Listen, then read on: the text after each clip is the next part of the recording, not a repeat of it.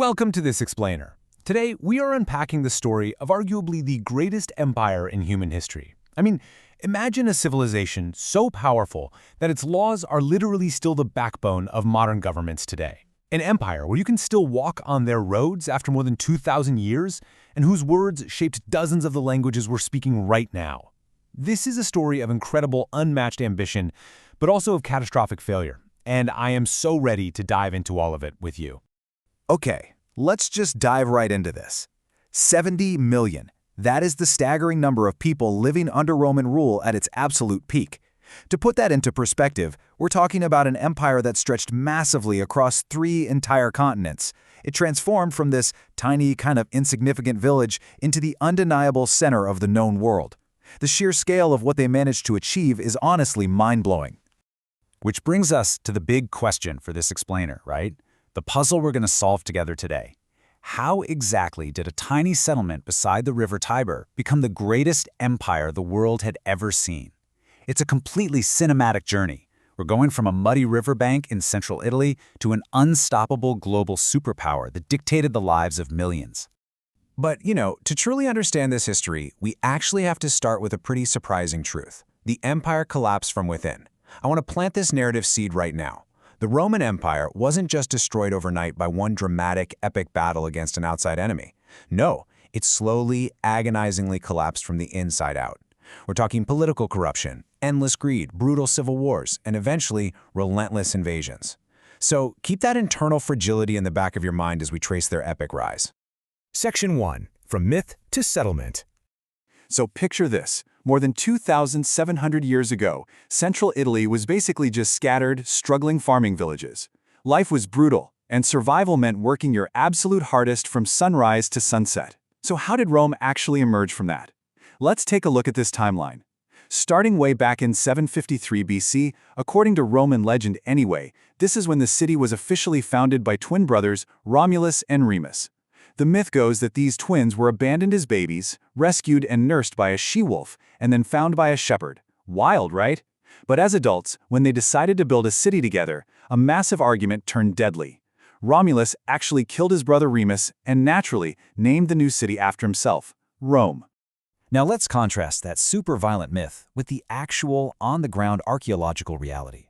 Whether the whole wolf and brothers legend is true or not, archaeology definitely confirms that Rome began as a small settlement that slowly and steadily grew into a thriving community.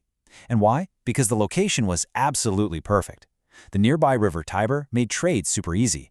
The surrounding hills gave them fantastic natural protection against enemies, and the highly fertile farmland meant a constant, reliable food supply. It's like they hit the geographic jackpot, and it helped Rome grow stronger year after year.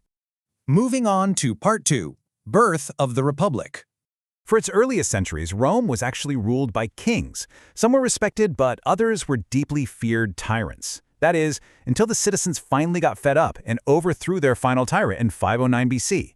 And what they built next was revolutionary. First, instead of one all-powerful king, citizens elected 2 consuls every single year to lead the government. This ensured power was actually shared.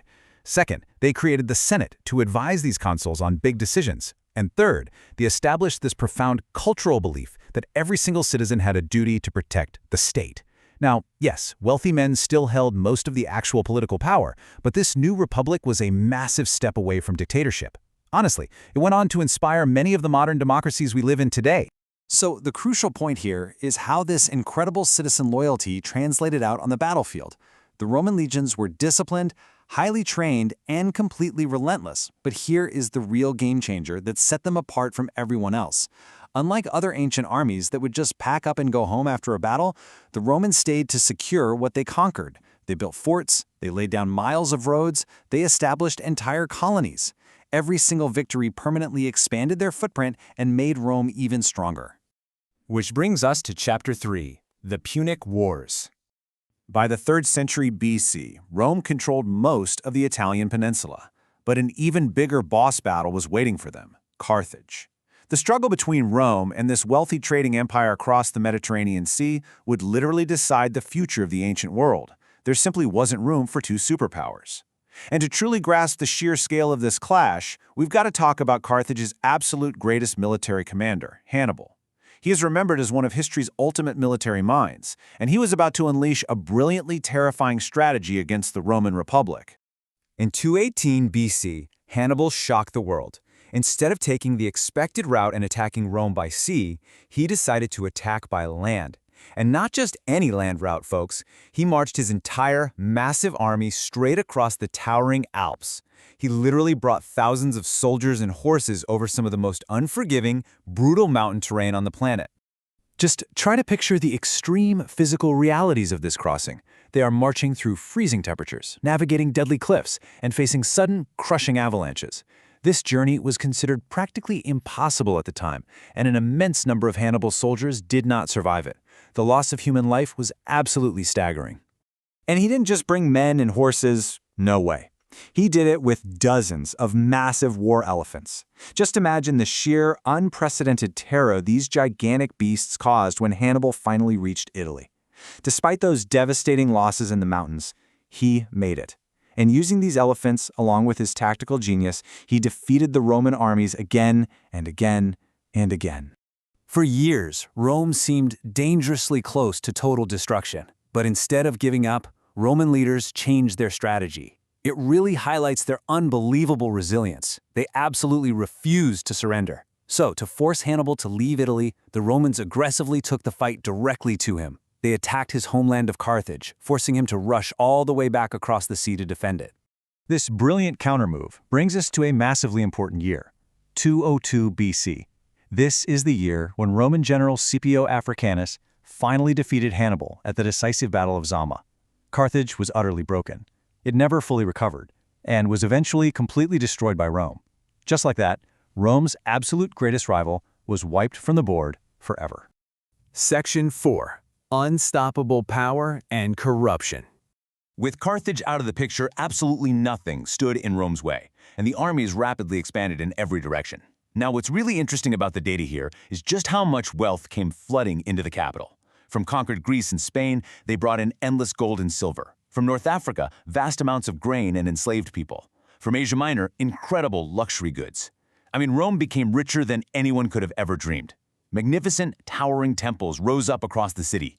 The markets just overflowed, and merchants from every corner of the known world traveled to Rome just to get a piece of the action. But, remember what we foreshadowed at the very beginning of this explainer? All of this enormous success created terrible, unexpected problems, cracks in the Republic. Powerful, victorious generals began to literally outwealth the government itself. Political corruption spread like wildfire through the Senate. And while the wealthy elites were busy fighting each other for even greater influence and riches, ordinary citizens were completely struggling just to survive. That shared sense of duty that had once united the Republic, it was actively fracturing under the weight of its own greed. The Republic was basically breaking apart at the seams, setting the stage for a dramatic, violent shift in power. Which begs the question, who would change Roman history forever? Who was the single, immensely ambitious man waiting in the wings, ready to take advantage of these political cracks and wealthy elites to seize ultimate control of this massively vulnerable superpower? Julius Caesar. The Republic was on the brink of absolute collapse, and an empire was about to be born out of the ashes. Thank you so much for exploring this incredible history with me today. Considering how this mighty republic ultimately fractured from within, what do you think would happen if one person managed to seize all that wealth and power today? Keep learning, keep questioning, and I'll catch you in the next explainer.